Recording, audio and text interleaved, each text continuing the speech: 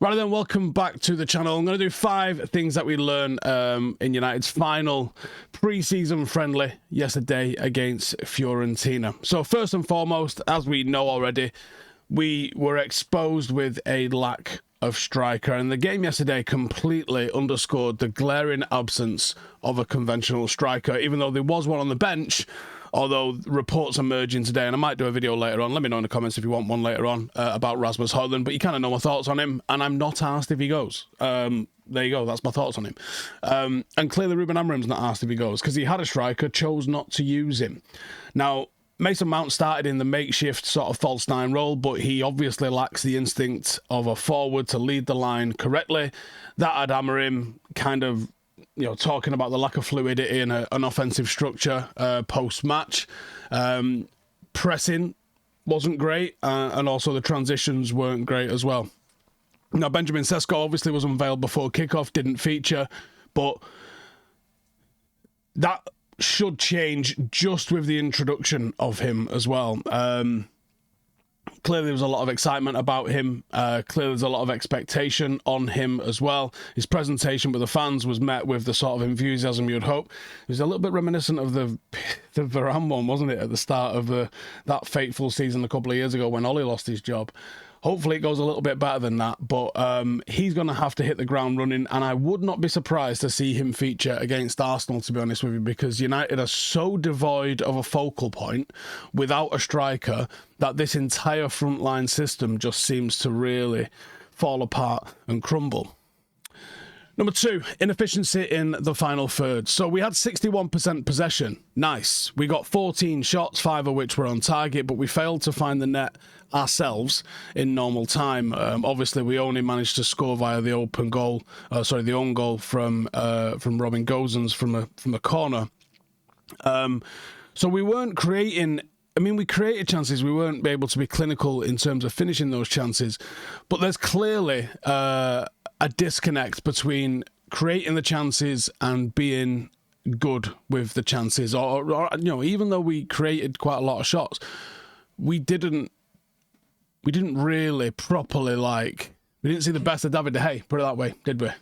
We didn't really give him a lot of work to do on his return to Old Trafford. So I think you make better chances with a better forward in there. I think he makes better runs. I think he gets found and converts some of the crosses that we saw going in just a lot better than Mason Mount will.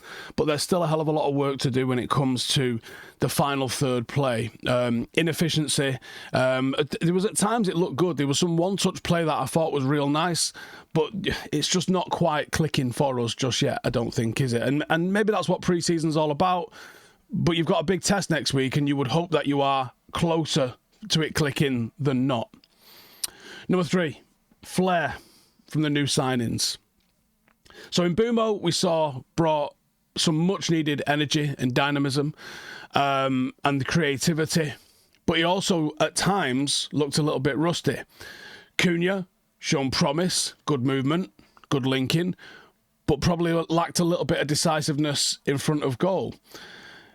I think both of those players are going to ease the creative burden on Bruno Fernandes, which might mean that you get a less panicky, a less forceful version of Bruno Fernandes, which would be a positive thing. And it might mean that he relaxes and holds his position a little bit better than he has done in recent years. Ruben, after the game, said that both players, Cunha and Mbeumo, are operating at between 50 and 60% of their potential, which underlines a belief that their impact and their understanding of the system can be improved upon. And we will need that for them to start helping this team get 3 points. But we could really start with that next week, couldn't we? It's an unfortunate game to have, first game of the season. But it is what it is. He's going to be here very, very fast, and we're going to have to find a way to win. It's not necessarily all about performance now. It's going to be about finding a way to win. Ultimately, performance leads to results. So the better your performances are, the more likely that you are to get good results if you're getting good performances. But I would like to start the season with a win, no matter what. So I almost don't care if it's a bad performance, but a win next week, because that's what's going to be important. Number 4, defensive lapse and an injury blow. So we conceded early, and it was a poor goal to concede, poor marking on the corner, very preventable kind of goal, and a glaring concern when you've got Arsenal coming next week, who are these absolute set piece. They might as well be Stoke.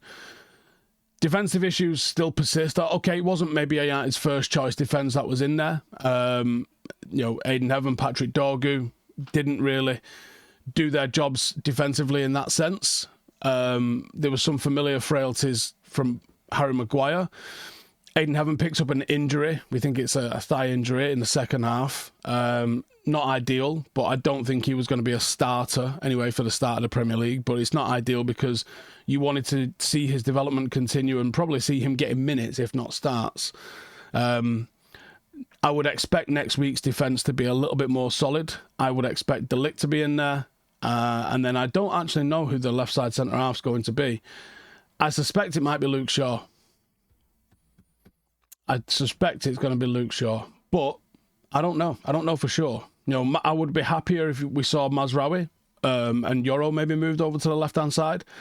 But Mazraoui's not featured, so I don't know what's going on there with him. We need to figure out and get people match fit and ready to go, because next week is going to be a serious, serious test. And like I said, it's all on this. You can't mess about with this. We have to be good in this. And then number 5, David De Gea played the full game for Fiorentina before got subbed off to a standing ovation, which was nice.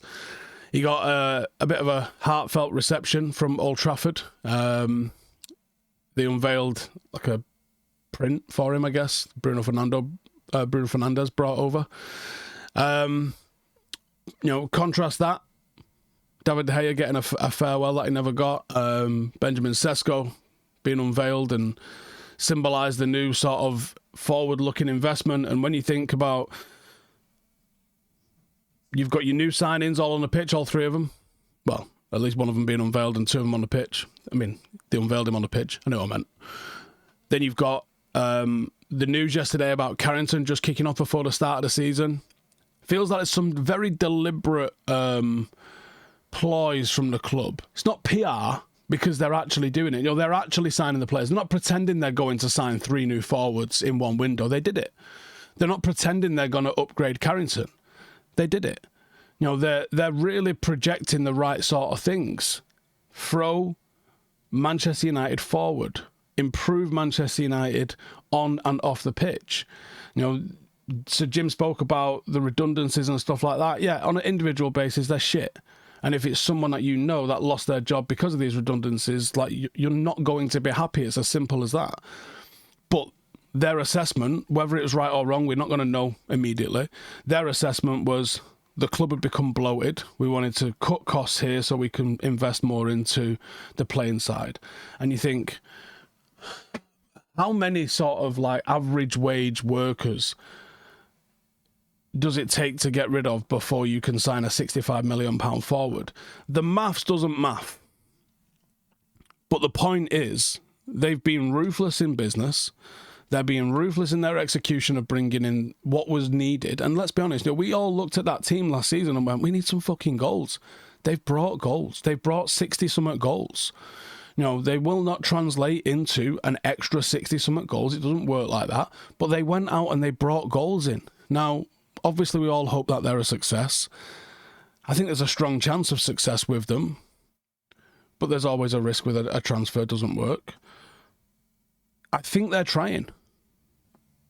You've still got to get rid of the Glazers. It's mad to me that Sir Jim's putting all the work and all the effort in, and 3/4 of the club is still owned by the Glazers. That needs rectifying immediately. I think if Sir Jim owned the entire thing, there'd be a lot happier people in the mix. But yeah, that's 5 things from yesterday anyway. Let me know in the comments. I'm debating doing a video about Donnarumma, and I might do an update about Baleba. Let me know in the comments if you want those. And if you want one on Rasmus Højlund, or are we all just like, sound, not bothered, laters? Let me know in the comments.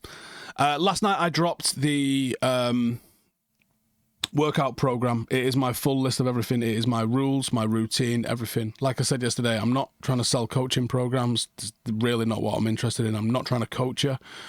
There was a lot of interest. I mean, the last time I did it, there was 2,000 people downloaded the program. So I'm just saying, this is what I'm doing. If you've got any interest in it, here it is. And it's my full mobility. And I think my mobility is getting really good because I do it every single day. It takes me about half an hour every single day. It's got my diet rules in there, what I'm eating. It's got my full workout program. If you're interested in that sort of stuff, there's loads of extra content coming out on there as well. I'll be filming a Q&A tomorrow. So if you're interested in seeing my workout program, there's a link in the description for Patreon, and I'll be doing a video where I answer all of your guys' questions about, you know, what I'm doing, why I'm doing it. Do I use a Whoop?